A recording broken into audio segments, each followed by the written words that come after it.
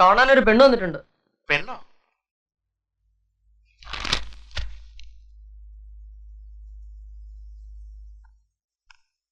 ആ വാ, അകത്തേക്ക് വാ. എന്താടി?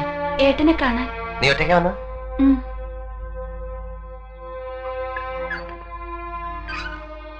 എന്താ ഏട്ടാ ഇതൊക്കെ? സാരമില്ല, ചെറിയൊരു മുറിവ്. ഏതായി? നീ ഇപ്പൊ എന്തിനാ ഇങ്ങോട്ട് വന്ന? അമ്മ കരച്ചിലോട് കരച്ചില്ല. ഹമീദ് സാർ അച്ഛനോട് വിവരങ്ങളൊക്കെ പറഞ്ഞു. നാട്ടിൽ എന്തൊക്കെ കഥകൾ ഏട്ടനെ കുറിച്ചെന്നറിയോ? പണ്ട് കീരിക്കാടൻ ജോസിനെ കുറിച്ച് പറഞ്ഞതുപോലെ ഇപ്പൊ ഏട്ടനെ പറ്റി പറയണത്. അതെ, അതാണ് എനിക്ക് വേണ്ടത്. ഏട്ടൻ എന്ത് വിചാരിച്ചിട്ട് എങ്ങനെയൊക്കെ ആവണത്? ഇങ്ങനെയൊക്കെ ആയിപ്പോയി. ചെറുത്ത് നിന്നും പറ്റിയില്ല. പിടിച്ച വഴിക്ക് കിട്ടിയില്ലെങ്കിൽ പോണ വഴിക്ക്. ആർക്കു വേണ്ടിയാണ് ഏട്ടാ ഈ വേഷം? ഞങ്ങൾക്ക് വേണ്ടിയോ അതോ ഏട്ടന് ജീവിക്കാൻ വേണ്ടിയോ? ഏട്ടൻ എങ്ങനെ കഴിഞ്ഞു ഇതിന്? നീ എന്നെ ചോദ്യം ചെയ്യരുത്. നിന്റെ മുമ്പിൽ ഏട്ടൻ ചെറുതായി പോകും മോളെ. നീ കുടുംബത്തിന് വേണ്ടി വേഷം കെട്ടി ആടുന്നവളാണ്. ഏട്ടനും കെട്ടട്ടെ ഒരു വേഷം. എന്തിനാന്നറിയോ? നീ വേഷം കെട്ടി ആടാണ്ടിരിക്കാൻ. വെച്ച് വിളമ്പാൻ ഒരുപാട് ആളുകളുള്ള ഒരു വീട്ടിലേക്ക് നീ കല്യാണം കഴിച്ചു പോകുന്നത് കാണാൻ കൊതിച്ചവനാണ് ഏട്ടൻ. ഏട്ടാ, പോയതൊന്നും തിരിച്ചു പിടിക്കാൻ നമുക്ക് പറ്റില്ല. പറ്റുമടി, പറ്റും. ഏട്ടൻ തിരിച്ചു പിടിക്കും. അമ്പികേട്ടത്തി, നീ, രമേശൻ, നിങ്ങളൊക്കെ നന്നായി കാണണം ഏട്ടന്. അതിനുവേണ്ടി ഞാൻ എന്തും ചെയ്യും, എന്തും. കരയരുത്, നീ സമാധാനമായിട്ടിരിക്കെ. ഇനി എന്റെ മോള് നാടകത്തിന് പോകണ്ട. അമ്മയെ ഇപ്പൊ വന്ന് കാണാൻ എനിക്ക് ബുദ്ധിമുട്ടുണ്ട്. അമ്മയെ നീ പറഞ്ഞ് സമാധാനിപ്പിക്കണം. അച്ഛൻ ദേഷ്യത്തിലാണല്ലേ? കുടിച്ചു വരുമ്പോ ഓരോന്നൊക്കെ വിളിച്ചു പറയും. അല്ലെങ്കിൽ വെറുതെ ഓരോന്ന് ആലോചിച്ചിരിക്കണ കാണാം. പാവം, ആരായിരുന്നു നമ്മുടെ അച്ഛൻ? അച്ഛൻ കുടിക്കുന്നതുകൊണ്ട് നീ ദേഷ്യപ്പെടുകയൊന്നും ചെയ്യരുത്. ഉള്ളി നീറി എരിയുമ്പോഴാണ് കുടിക്കാൻ തോന്നുക. എന്നാ ഇനി താമസിപ്പിക്കണ്ട. കമ്പനിയുടെ ജീപ്പ് കൊണ്ട് കൊണ്ടുവിടാം. വേണ്ട ഏട്ടാ, ഞാനൊരു ഓട്ടോ വിളിച്ചു പൊയ്ക്കോളാം.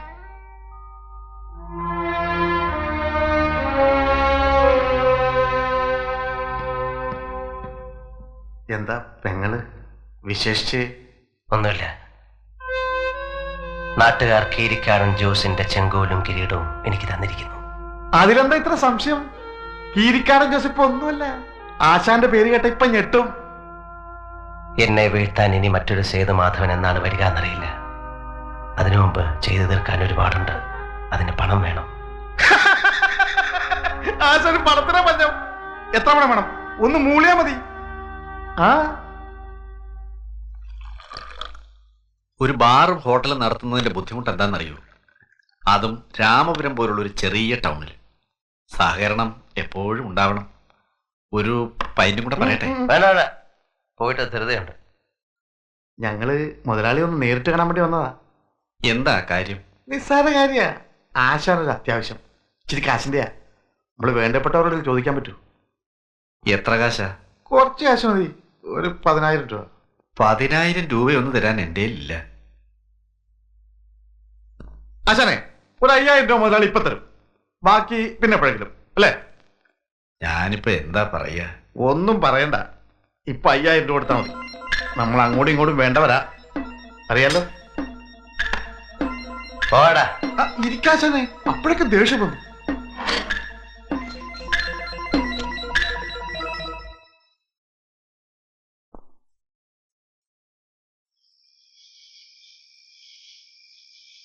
ആരത്? ഞാനാ. ആരാടി?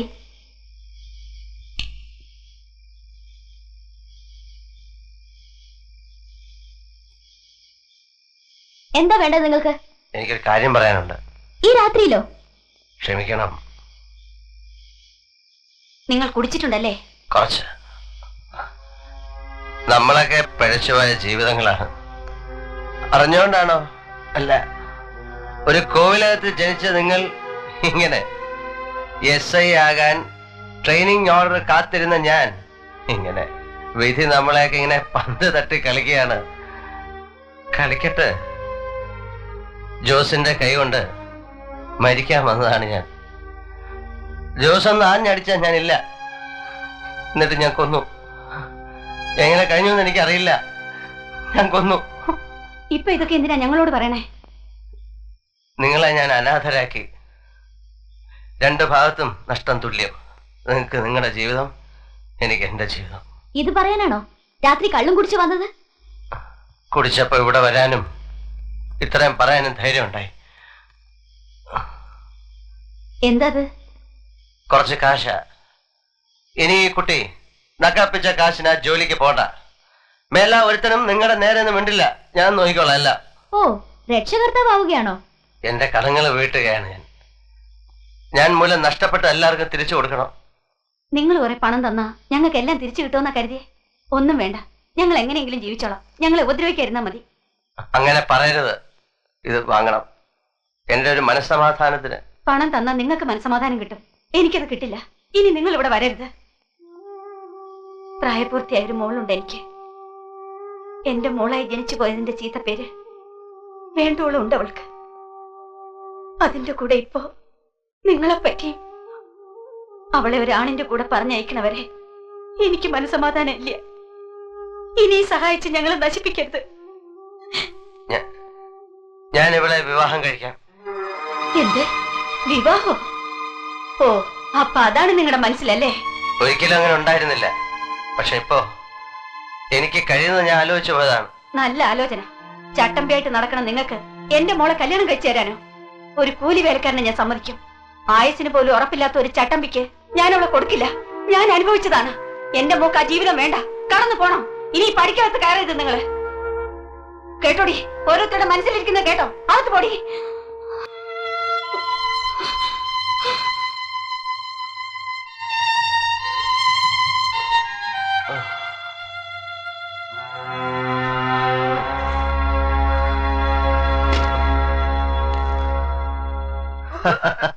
വേറെ ജോലിയോ?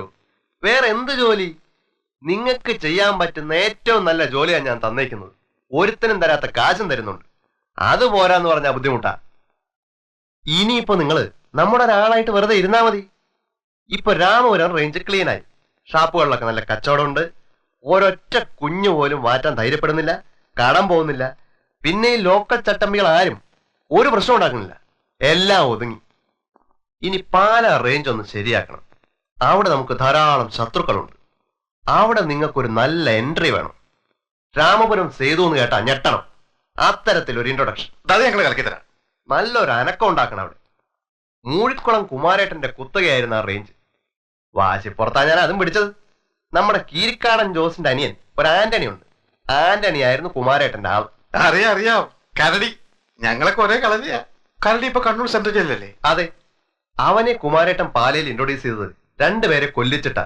പട്ടാ പകൽ ജനം മുഴുവൻ നോക്കി നിൽക്കേ രണ്ടുപേരെ വെട്ടി കൈയും കാലും ഒക്കെ വേറെ വേറെയാക്കി. കേസ് വന്നപ്പോ സാക്ഷികളില്ല. ഉള്ളവരുടെ വഴിയോ 10 തരത്തിൽ കേസ് വെറുതെ വിട്ടു. പിന്നെ ആ കരടി തലശ്ശേരിക്ക് പോയി. അവിടെ ഇതുപോലെ 2 കോണത്തിനെ തട്ടി.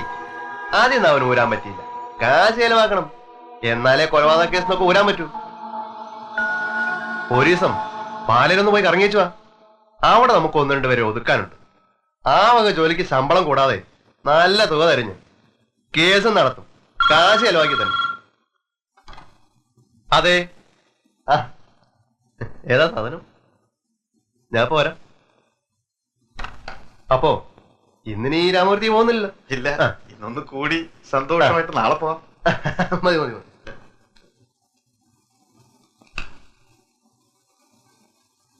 എന്നാണ് നമുക്ക് പാലയ്ക്ക് പോകേണ്ടത്?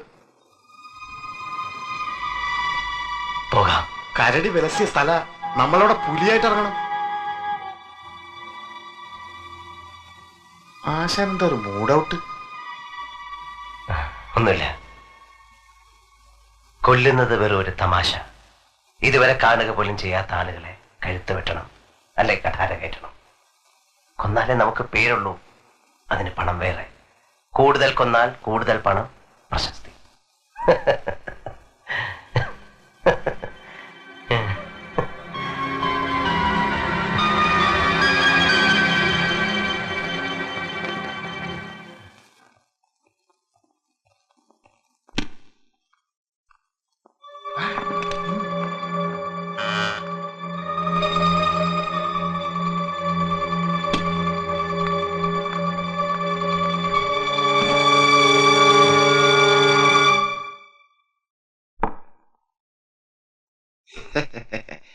ഞാൻ പറഞ്ഞതാ. സാധനം എങ്ങനെയുണ്ട്?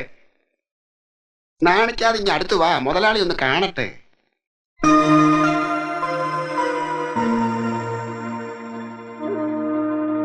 ഇവളെ ഞാൻ എവിടെയോ കണ്ടിട്ടുണ്ടല്ലോ. അത് ശരി, ഇതിനു മുമ്പ് പരിചയപ്പെട്ടിട്ടുണ്ടല്ലേ? സേതുമാധവന്റെ പെങ്ങളല്ലേ? എന്നെ ഓർമ്മയുണ്ടോ? അവനിവിടെ ഉണ്ട്, ഈ ഹോട്ടലിൽ. ഈശ്വരാ, എനിക്ക് പോണം. ഏട്ടൻ അറിഞ്ഞ? ഓ പിന്നെ, ചേട്ടൻ അറിഞ്ഞ അങ്ങ് ഒഴിഞ്ഞു പോയിക്കോളും. അങ്ങനെ ആ ബുദ്ധിയുള്ളവര്. നീ അങ്ങോട്ട് അടുത്ത് ചെന്നിരുന്നേ, ഇതൊക്കെ അങ്ങോട്ട് ഒഴിച്ചു കൊടുക്ക്. ആ ചെല്ലേ. എനിക്ക് പോണം. ഞാൻ വേറെ ദിവസം വരാം. നീ പേടിക്കൊന്നും വേണ്ട, അവൻ ഇങ്ങോട്ടൊന്നും വരാൻ പോകുന്നില്ലെന്നേ. ഇന്നും നാളെയും നമ്മൾ ഈ റൂമിൽ നിന്ന് പുറത്തോട്ട് ഇറങ്ങുന്നില്ല. പോരെ? അറിഞ്ഞാ തന്നെ റിഹേഴ്സലാന്നങ്ങ് പറയണം. ആ താൻ പോ, എന്നിട്ട് വേണം ഞങ്ങൾക്ക് വാതിലടയ്ക്കാൻ. തന്തയ്ക്ക് പുറക്കാത്തോടെ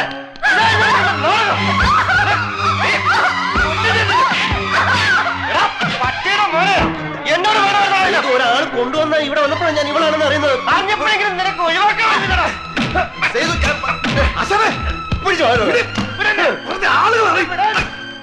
പെങ്ങളെ തേവിച്ച് ഞാനാണ് അവിടെ കുറ്റക്കാരൻ.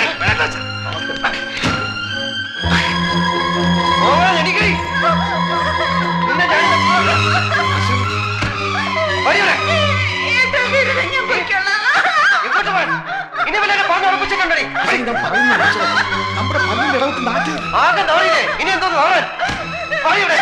നിന്നെ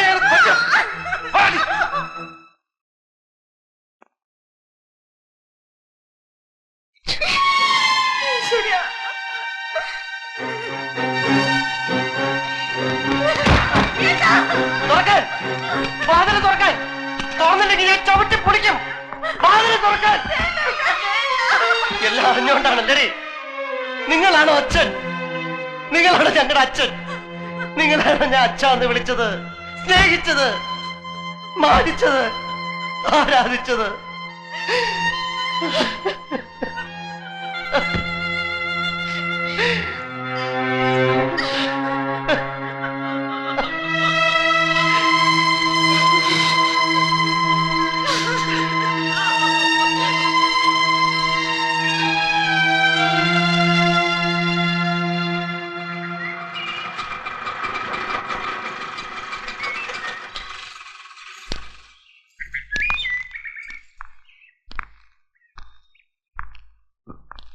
വേറെ ആരും ഒന്നും അറിയണ്ട. വയ്ക്കാം. ഏട്ടൻ വരണില്ലേ? ഇല്ല, ഇനി ഞാൻ ഈ വീട്ടിൽ കാലുകുത്തണമെങ്കിൽ നമ്മുടെ അച്ഛനെന്ന് പറയുന്ന ആള് മരിക്കണം. ഏട്ടാ, നമ്മുടെ അച്ഛൻ പാവമാണ്. ഞാൻ ചീത്തയായതറിഞ്ഞ് ആത്മഹത്യ ചെയ്യാൻ പോയ ആളാണ് നമ്മുടെ അച്ഛൻ. അന്ന് ഞാൻ കണ്ടതുകൊണ്ട് രക്ഷപ്പെട്ടു. പിന്നീട് ഇനി ഉണ്ടാവില്ല എന്ന് വാക്ക് കൊടുത്തിട്ട് പാലിക്കാൻ പറ്റിയിട്ടില്ല. എന്റെ ഉറപ്പിലാണ് രമേശൻ പഠിക്കണത്. അവനെങ്കിലും നന്നാവട്ടെ എന്ന് കരുതി. പിന്നീട് അറിഞ്ഞിട്ടും അറിയാത്ത ഭാവത്തിലിരുന്ന് ഒരുങ്ങുന്ന നമ്മുടെ അച്ഛനെ ഞാൻ കണ്ടിട്ടുണ്ട്. ഞാനാണ് ക്രൂരത കാണിച്ചത്. നിർബന്ധിച്ചു കൊണ്ടുപോകും കൂട്ടിന്.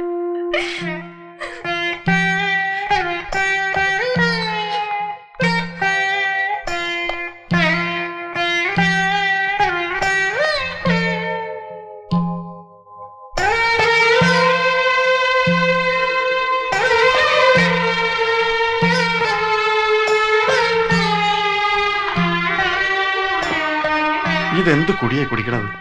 വന്ന് കയറിയപ്പോ തുടങ്ങിയതാണല്ലോ. അടങ്ങണില്ല. എന്നിട്ടും നെഞ്ചിലെ തീ കത്തുകയാണ്. ഓ ഈശ്വര, ഇതിന് മാത്രം എന്ത് പാപമാണ് ഞാൻ ചെയ്തത്? വിഷമിക്കണ്ട ആശാനെ, എല്ലാവരുടെ ഉള്ളിലുണ്ട് തീ. എന്റെ ഉമ്മ ആരാണെന്നറിയാമോ? കൊല്ലത്തെ ചിന്നക്കടയിൽ ഒരു ലോറി ബീവാത്തോണ്ട് ലോറിക്കാർക്കൊക്കെ അറിയാം. ആ ഉമ്മയുടെ മോന. കൊല്ലത്ത് പോകാൻ എനിക്ക് പേടിയാ. ഇപ്പോഴും ഉണ്ട് എൻ്റെ ഉമ്മ, വയസ്സായിട്ടും. എന്നെ കാണുമ്പോ എല്ലാവർക്കും ഒരു തമാശ.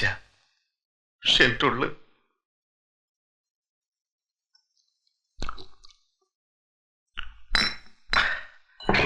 ബാപ്പുണ്ട്.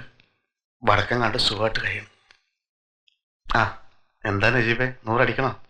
സേതു, ഇനി മതി. നീ വീട്ടിലേക്ക് ചെല്ലേ. ആരുടെ വീട്? എനിക്ക് വീടൊന്നുമില്ല.